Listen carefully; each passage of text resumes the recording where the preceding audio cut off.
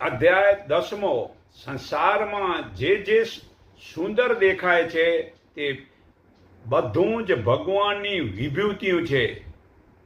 માનીને પ્રભુનું ચિંતન કરવું એમાં વિભૂતિઓમાં ફસાઈ જવું નથી.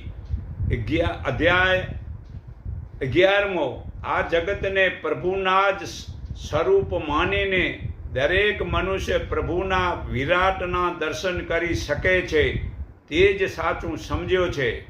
અધ્યાય 12મો જે ભક્ત શરીર ઇન્દ્રિયો મન બુદ્ધિ સહિત સવાય પોતાના આત્માને ભગવાનને આપી દે છે તે ભગવાનને વધારે પ્રિય થાય છે. અધ્યાય 13મો સંસારમાં એક જ તત્વ પરમાત્માને જાણવાથી અમરતાની પ્રાપ્તિ થઈ જાય છે.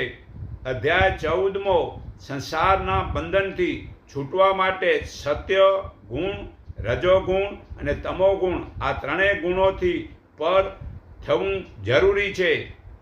અનન્ય ભાવે નો અર્થ કોઈ પણ આશા વિના ભક્તિથી મનુષ્ય આ ત્રણેય ગુણથી જુદો થઈ જાય છે.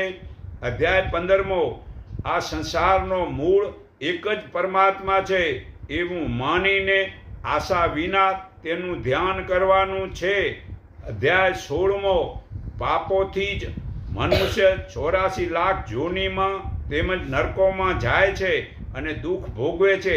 તેથી જન્મ મરણના ચક્કરમાં છૂટવા માટે પાપોને છોડી દેવા જરૂરી છે.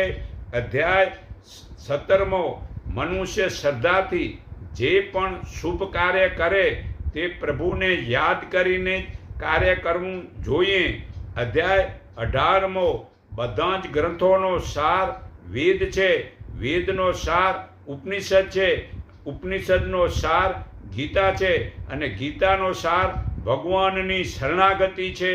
જે અનન્ય ભાવથી એટલે કોઈ પણ સ્વાર્થ વિના ભગવાનને શરણે થઈ જાય છે તેને ભગવાન સર્વ પાપથી મુક્ત કરી દે છે.